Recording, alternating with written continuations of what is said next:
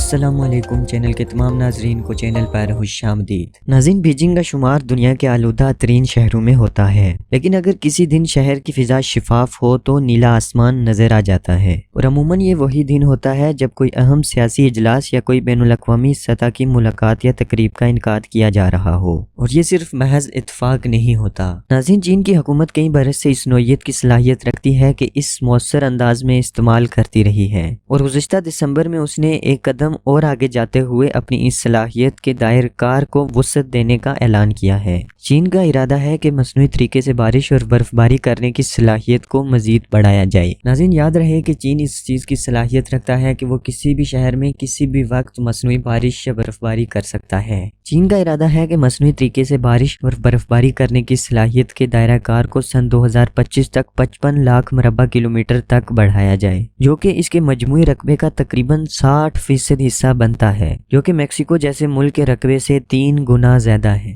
چین کے اس اعلان سے کئی ممالک میں تشویش پیدا ہو گئی ہے۔ کئی ممالک نے تشویش کا اظہار کیا ہے کہ اس ٹیکنالوجی سے چین جب چاہے گا جس ملک میں بارش کر سکے گا، یعنی کہ چین دنیا کی بارشوں پر اختیار حاصل کرنے جا رہا ہے۔ اس بات میں کتنی حقیقت ہے، اس ویڈیو میں ہم اسی بارے میں ذکر کریں گے۔ اگر آپ نے ابھی تک چینل سبسکرائب نہیں کیا تو چینل سبسکرائب کر لیں۔ ناظرین، چین کی حکومت کئی برس سے بارش برسانے کی صلاحیت رکھتی ہے اور اسے کئی مؤثر انداز میں استعمال کرتی رہی ہے، اور گزشتہ دسمبر اس نے ایک اور قدم آگے اٹھاتے ہوئے اس صلاحیت کے دائرہ کار کو وسعت دینے کا اعلان کیا ہے۔ یہ اعلان دسمبر کی 2 تاریخ کو چین کی اسٹیٹ کونسل نے ایک بیان کے ذریعے کیا۔ اس اعلان میں اس سارے منصوبے کے خد و خال بیان کیے گئے اور اس وقت کا تعین بھی کر دیا گیا کہ کب تک اس میں طے شدہ 3 اہداف کو حاصل کر لیا جائے گا۔ اول یہ کہ سن 2025 تک مصنوعی بارش اور برف باری کرنے کی صلاحیت کو 55 لاکھ مربع کلومیٹر تک بڑھا لیا جائے گا۔ دوم یہ کہ اس تاریخ تک یالہ باری سے بچاؤ کی صلاحیت میں 58 لاکھ کلومیٹر تک حاصل کر لی جائے گی، اور سوم یہ کہ سن 2035 تک اس ٹیکنالوجی کو مزید تحقیق اور جدت پیدا کر کے اس صلاحیت کو عالمی سطح پر لے جایا جائے۔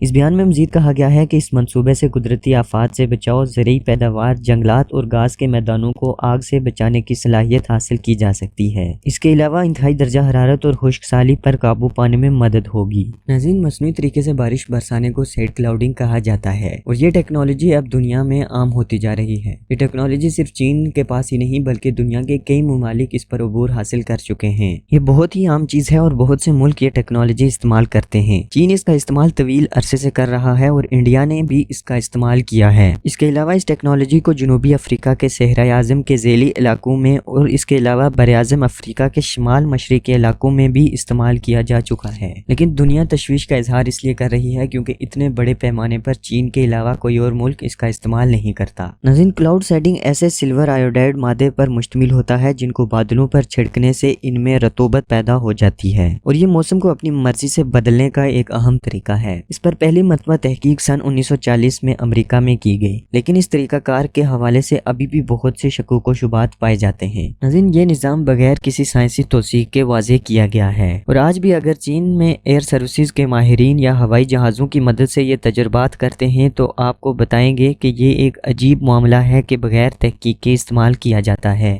ماہرین کے مطابق ایشیائی ملکوں میں بادلوں پر چھڑکاؤ کے ذریعے موسم میں رد و بدل ایک کام کے طور پر کیا جاتا ہے، اور یہ کسی تحقیق کا حصہ نہیں ہے۔ بنیادی طور پر یہ مقامی طور پر قصبوں اور شہروں کی سطح پر استعمال کیا جاتا ہے۔ ناظرین، بارش کا برسنا ایک قدرتی نظام ہے اور اس میں مداخلت کرنا یقینی طور پر انسانیت کا ہی نقصان ہوگا، لیکن ہر ملک خود مختار ہے کہ وہ اپنی حدود کے اندر رہ کر جو تجربات کرنا چاہتا ہے وہ کر سکتا ہے، اور اس لیے دنیا کو جتنے بھی چین کے ساتھ تحفظات ہیں، چین ان کے بارے میں کہتا ہے کہ وہ دنیا کو فائدہ پہنچانے کے لیے ہی اس طرح کے تجربات کر رہا ہے۔ ناظرین، اگر آپ کو ویڈیو پسند آئی تو چینل سبسکرائب کر لیں۔